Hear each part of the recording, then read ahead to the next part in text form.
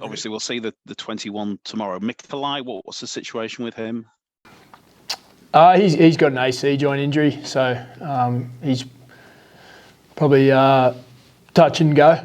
But we'll have to see how things settle in the next couple of days. What's your gut feeling, re him? Because I think he was on the way back on Friday. Was saying he definitely wanted to play. Yeah, I actually haven't. Just letting it settle and recover, and I don't really have a gut feeling on it at this stage. He's one of those that is a tough kid, and he'll certainly want to play. But we'll just have to go through the process and assess things with the medical team closer to the time, and then make a judgment on it. But not ruled out at this stage. No, not ruled out. Yep. Is there anyone who is doubtful from last Friday? No, him and Caesar were the only two that sort of needed a bit of TLC early in the week. And Caesar's. Sorry. Who, sorry. Caesar had he's got a little knee complaint that we'll have to see how that's settled when we get training tomorrow. Morgan Gannon obviously as well. He'll be out due to the concussion. What about possible returnees? Thinking of the likes of David Fusser, Harry Newman, have they got possibilities? Possibility only, yep. For both of those? Both are possible, but yeah, not probable. And Ash Handley, has he come any closer to maybe featuring? No, he won't be available. Shaking your head again. What's the situation with Reece? Are you appealing the appeal verdict? We're appealing the frivolous determination. And is that tonight? That's tonight, 5:30, I believe. Yep. What sort of case do you think you have this time? I think it's a very strong case that the appeal wasn't frivolous. We went through what the process was last week when we chatted. So we were well prepared. We were detailed. We were clear, and we certainly didn't think it was frivolous. So if they agree with you and you don't get that extra ban, obviously he's free to play on Friday. How big a boost would that be? Big if at this stage. So let's just we'll get that appeal done tonight and see what the outcome of that is. Yeah, we've learned not to take anything for granted, haven't we? What about the game on Friday? Then the intensity last Friday was huge. What do you expect this week? Another level or two up, I'd imagine. The stakes are getting higher, and we're going to be playing against a team that's well refreshed, I guess. With they rested most of their players the other week, and they've had another week off. So possibly a few new tweaks and twists to their attack potentially as well, and a rejuvenated team that have been probably in among the top teams all year, but probably been in real good form or showing great signs in recent times, I would have thought. All that said, then what will be key to getting over the top of Wigan? We're going to have to play very well in all aspects. Again, they're a seasoned veteran team across the board, and obviously, some real striking field and French. But outside of those guys, they've got a bunch of international standard players, and we can't centre our attention too narrowly on those great players. But how much work have you had to do on someone like Jai Fields? We haven't done much this week yet. We've been in recovery mode. People didn't get home till 3:30 on Saturday morning after that, day of the game trip to France. So Saturday, Sunday was recovery mode, and yesterday we got moving a little bit. And today's a day off, so tomorrow we'll really get started on that. But we put a lot of work into our last performance against Wigan to prepare for their key strengths there. So we'll lean on that a little bit as well, but also be prepared for them potentially using those guys in some different ways as well. The last time you played Wigan, it was a remarkable performance. Are there parts of that game plan that you feel will work again on Friday? I think it's more like who we are as a team has probably evolved a little bit since that time, and we certainly took some confidence out of that result and that performance. But that was a long time ago. A week is a long time in sport, so that's long gone. We probably we did some things really well. We defended really well and really connected on that day, and a few things probably went our way also in that game, which made the scoreline as it was. But it's certainly a fresh start, and we're expecting Wigan to be at their best. Just lastly for me, Rohan, how big an achievement, given how far you've come since mid-May, how big an achievement would it be, do you feel, to reach a grand final? I think it's a great achievement for every club, or any club that makes the grand final every year. That's an enormous achievement, and it's down to 4 of us now to take the opportunity while it's there. You never know when the next one's coming, so it'll in any season where you're in the grand final, I think that's a great achievement. Perhaps talking hypothetically, if you win on Friday, would Harry Newman be available for Old Trafford if you make it? Harry may be available this week, so there's nothing set in stone with that, and it's an accelerated rehab. He's ahead of schedule, but he's still significantly he's got some work to do. But it was sort of an 8-week injury, I think, at the start, so it's nowhere near 8 weeks. So we're just making sure that we're covering things as we go appropriately, and if he can accelerate the steps through the rehab, then he'll play when he's available. Can I ask you about Zach? Because it's a big night for him going back to his former club and everything. I mean, how's what you've found working with him perhaps been different than what you heard about him before you joined Leeds? I always try and treat people as I find them, and Zach and I had a lengthy conversation on the phone. The club were down the path with recruiting him back prior to my appointment, and then Zach and I had a lengthy conversation on the phone. Felt like a good guy that really wanted to play for the Rhinos again. So since I've been at the club, Zach's been great around the venue. He's a good trainer, a good player, good person amongst the team and the squad. So he's contributed well, whether he's played fullback or centre, and he had to play the majority of the game on the wing the other week as well, and he did a commendable job there as well and come up with a big play for us. So Zach's done well. I treat each person as I meet them, I guess. Is it right to say he's perhaps becoming more of a settling influence to the other players on the field because he's been there, seen it, and done it time and time again?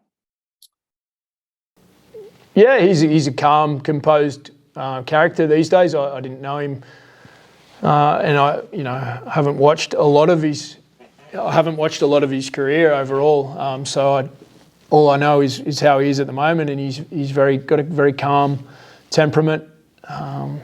He just enjoys playing, and he's one of the lads. I think there's a very calm attitude sort of across the group, so that suits him pretty well. Can I ask about your finals experiences as a coach? You see, right, you sort of won the Queensland Cup last year with Norths. Yeah. So your finals experience is pretty good then, is it? And pretty good experience for you personally as well, I guess. Yeah, I've been around playoffs in all different competitions that I've coached in, and New South Wales Cup and Queensland Cup. When I've been assistant coach in the NRL, under the old under-20s comp, I was at London Broncos when we played Bradford in a playoff game years ago. So, I've kind of been around rugby league and semi-finals and grand finals in some way for most of my life, which is fortunate enough to be there, but sort of take each opportunity as its own one as well. It's often said that players' mentalities change for finals games. Does the coach's mentality change at all? I don't think so. I think I was the same last week as I was the week before. Try and remove distraction for the players and try and let them, be themselves and just go about their work. I don't add any pressure to them. The occasion itself, it's pretty obvious, isn't it? What you're playing for, and that there is no second chances. So that explains itself. So I don't think I changed too much, but maybe you'd have to ask other people to know. I just wanted to ask you about the group as a collective. You seem to have managed to get them happy and playing rugby the way they want to play, the way they like to play. How difficult or easy has it been for you to get into a position where the players are happy and able to express themselves and sort of play the way that they want to play and play a way that they're happy and enjoying playing?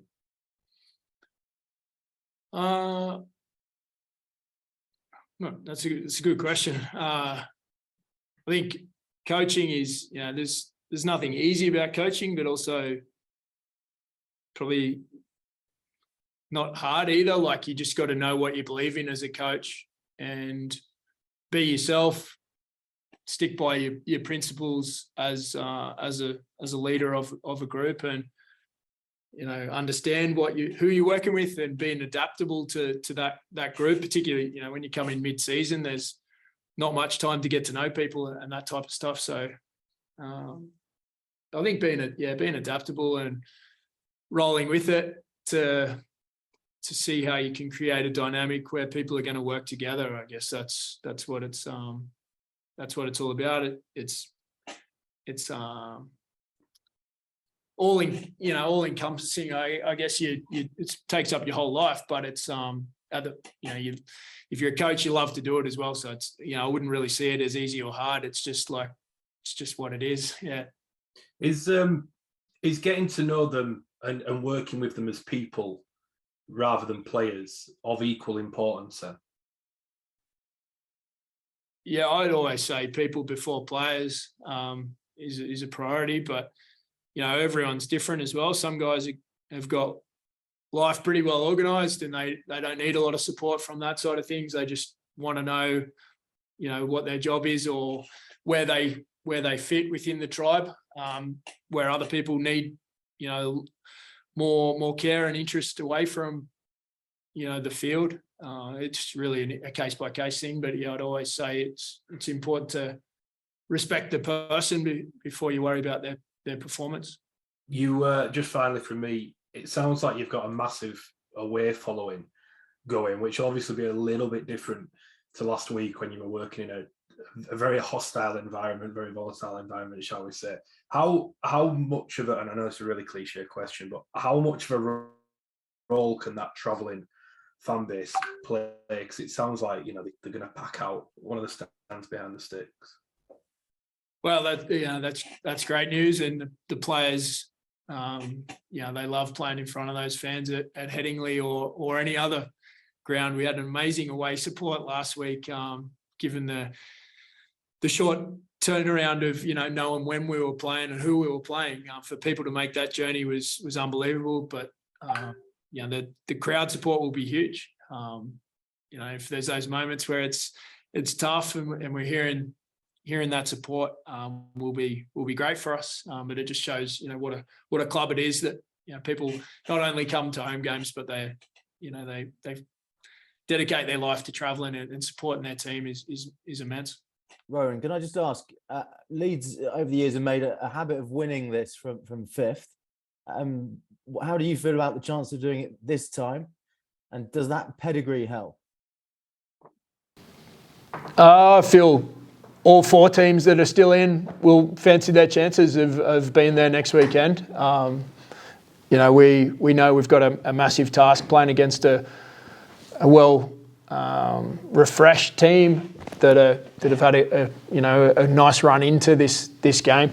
It's a massive challenge, but we feel like we're in a good shot of really testing them and keeping the season alive. Do you feel like you're peaking at the right time? I'm not a big believer in momentum and peaking, and it's more a matter of how we can play this week. We've played some good matches, we've played some good patches of matches, in the last couple of months. It's really about all eyes on one game. The previous form doesn't count at all. It's really a matter of doing it when the whistle goes. And finally, for me, just a word on Cameron Smith, his form and how's he developed through this season? What's been key to his improvement?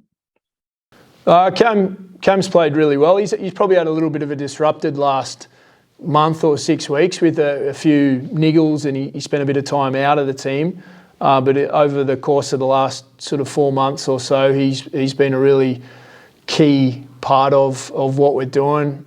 He's a very skilled player, but also probably he doesn't get enough credit for his all-round understanding of the game on both sides of the ball. He's a good communicator, and he helps other people to do their job well, which is not always acknowledged, particularly as a middle forward. But he's a very clever footballer that helps our team to flow. Just on Brad Dwyer, was it a tough decision to leave him out last week, and how did he take it, and has he got a chance of playing on Friday? Yeah, it was tough. Brad's had some good performances and some real big moments for us. So it was a difficult selection, which is it's part of the pie, part of the puzzle. As a coach, leaving James Donaldson out the week before was a really tough decision as well. On the back of a great rehab that he'd done, to leave him out was a difficult choice. But that's the way it should be as well at this time of year, where you're making some tough choices because you've got fit and healthy people. That's good news. Brad will certainly be in contention for the weekend. We've got a few guys there that are in doubt from last week, and nobody certain of coming back. So there'll certainly be conversations and considerations to be had once we know who's available. Yeah, was it a horses for courses type situation last week? A little, yeah, a little. And I explained that to Brad that 3 had to go into 2 last week, playing away from home against a team that sort of base their game around being really big and strong in that middle third. So that's the way it went last week.